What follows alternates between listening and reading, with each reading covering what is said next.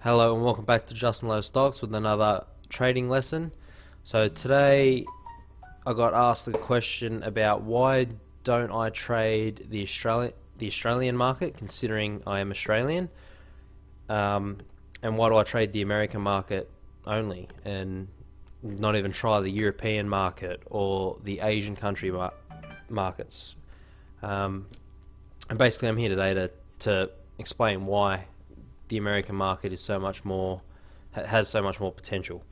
So I've got this top gaining and top losing stocks open, which is the top gainers pre-market in the American market. So as you can see here, you got stocks that are, and this, believe it or not, this is a quiet day. This is a quiet day with little percentage gainers compared to some days. You get some days where there's 50 to 100% gainers, but nonetheless these are still big numbers, don't get me wrong. 26%, 18%, 17%. So if you can invest in the company when it makes that move, because that isn't the price movement over a few months, that's in one day. So you're talking a stock moved up 26% in one day. So if you put $1,000 in that stock, you would have made $260 something from your $1,000. Now, I know about you, but that's a very good return. So don't get me wrong, other markets do have big gainers as well, but they're not as easy to trade because one thing, look at the price of these stocks in America. So they're $3.97, $37, $5, $3. If you look at the Australian stock market, for example, you'll get gainers about the same, maybe 50%, 20%, but they're stocks that are trading at 2 cents a share, and 3 cents and 5 cents. The problem is when you're looking at a chart of a stock which is only trading between 1 and 5 cents, you can't, it's so hard to gauge how the price is moving when it's only moving within 3 cents. Whereas these, they're moving, 30, 40, 50 cents, or possibly like even this one here. It's a bigger price share. It'll be moving a lot of dollars. And when you have stocks that are moving by 50 cents or dollars or even 20 cents, it's a lot easier to be able to open it up on a chart and actually visualize which way the stock's going, where the momentum is, whether it's down or on the upside, where you can't do that with a 2, 3, 4, 5 cent stock. That's the main reason. And the second reason is look at the volume. So that's just pre-market. The market hasn't even opened for really public trading yet, and it's already traded 430,000 shares. You don't see anywhere near that type of volume in the Australian markets on stocks, that price with that big of a percentage gap up. And the volume is what allows people to buy and sell easily. So if you got, for example, this one here, that one didn't have much volume pre-market. You would find that one would be very hard to trade because it wouldn't, once the market opens, it wouldn't move as quickly, it wouldn't be as easy to buy shares or sell them.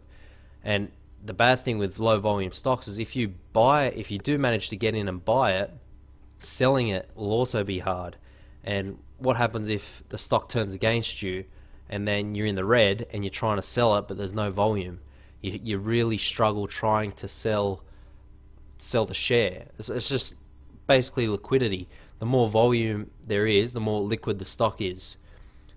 It's like anything. It's easier to profit off something that's liquid because, well, it's not necessarily easier to profit off something if it's liquid, but it's easier to get out if you're in a losing position, and it's easier and quicker to take profits if you're in a winning position.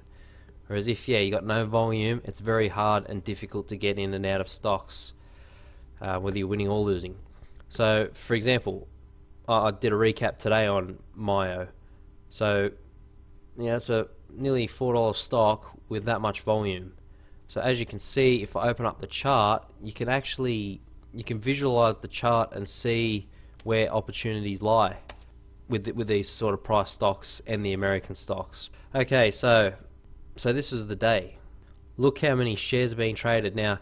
It's hard to explain if you haven't day traded yourself, but these stocks are moving quick, and I mean quick. So you're talking, again, within what, 11:06 is there, and that's 11:17. So 10 minutes, it goes from $3.60 up to $3.85, which is a 7% move in 5 minutes, which you can profit off.